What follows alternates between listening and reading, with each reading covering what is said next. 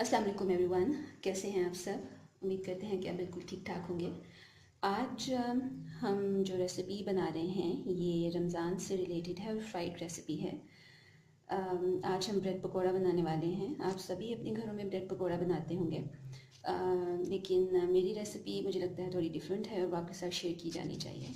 हम इसकी शेप में और इसकी फिलिंग में थोड़ी वेरिएशन करेंगे। इसके लिए हमें जो इंग्रेडिएंट चाहिए होंगे वो आप देख लें। हमें 3 बड़े साइज़ के मैंने पोटैटोज़ लिए हैं जिन्हें मैंने बॉईल करके मैश कर दिया है। और इसके अंदर डालने के लिए जो चीज़ें हैं, जो इंग्रेडिएंट्स हैं वो यहाँ पर हैं, आप देख लें। ये 200 ग्राम्स मैंने लिया है चिकन, जिसे मैंने नमक डाल के बॉईल कर लिया है और फिर मैंने इसे श्रेड कर लिया है। चॉप्ड हरा धनिया हमें चाहिए होगा। 3 से 4 चॉप्ड हरी मिर्चें चाहिए होंगी। ये क्रश्ड रेड चिली है। ये 1 टेबल स्पून है। हाफ टेबल स्पून हमें नमक चाहिए होगा। नमक और मिर्च आप अपने हिसाब से कम या ज़्यादा कर सकते हैं। और हमें पिसी हुई काली मिर्च चाहिए होगी जो कि 1 टेबल स्पून है। इसके बैटर के लिए हमें जो चीज़ें चाहिए उसके लिए मैंने बेसन लिया है 250 ग्राम्स। इसके अंदर हम पिसी हुई लाल मिर्च डालेंगे। ये 1 टीस्पून है।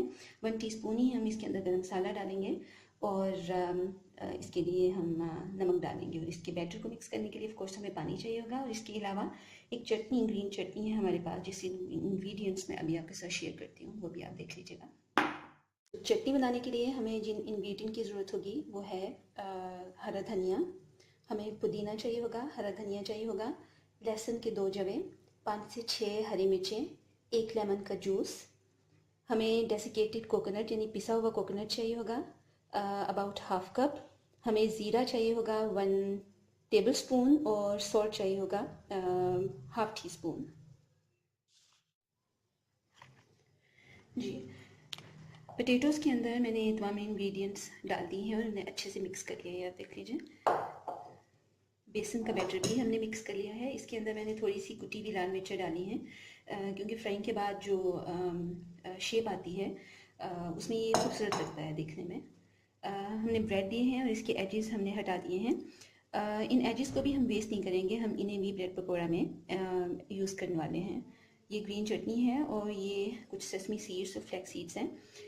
ये भी हम ऊपर डालेंगे। मैं कोशिश करती हूँ कि सीड्स को ज़्यादा से ज़्यादा अपनी डाइट में शामिल किया जाए। अब हमें क्या करना है,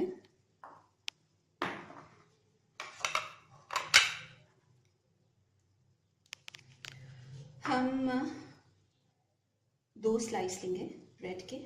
इसके अंदर हम अपने हाथों का यूज़ करेंगे। इसके ऊपर हम पोटैटोज़ की एक लेयर लगा देंगे अच्छे से, जितना आपको बेहतर लगे। अब इसके अंदर हम ग्रीन चटनी डालेंगे। ये थिक ग्रीन चटनी है जो मैंने आपको बताई थी। जब आप इसे ग्राइंड करें तो कोशिश करिएगा कि पानी कम से कम डालें, बल्कि अगर ना डालें तो बेहतर होगा। आप हैंड बीटर से इसे ग्राइंड करेंगे तो ये पानी के बगैर ही ग्राइंड हो जाएंगे। इसके अंदर हमने लेमन जूस डाला है, जैसे कि मैंने आपको पहले बताया था।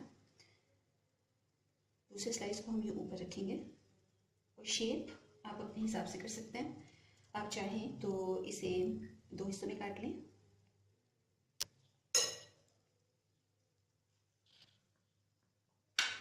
फिर अगर आप बाइट साइज करना चाहते हैं तो आप इसे मज़ीद छोटे हिस्सों में भी काट सकते हैं, बहुत एहतियात के साथ।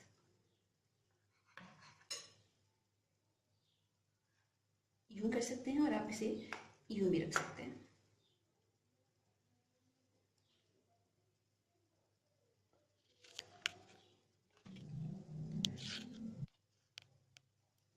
और अब हम इसे उसी शेप में काट लेंगे जिस शेप में आप सब पकौड़े को देखते हैं, सॉरी पकौड़े को देखते हैं, नॉट पकौड़ास।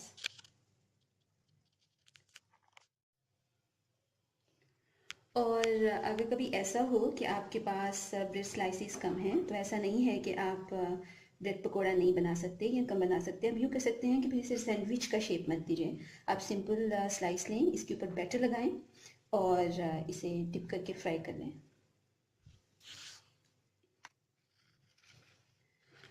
इसके बाद ये एजेस जो हैं इन्हें भी हम बेसन के बैटर के अंदर डिप करेंगे और फ्राई कर लेंगे। ये ब्रेड फ्राइज़ बन जाएंगी जो बच्चे बहुत शौक से खाते हैं, तो ये भी हम फ्राई करेंगे। अब हम फ्राइंग की तरफ चलते हैं।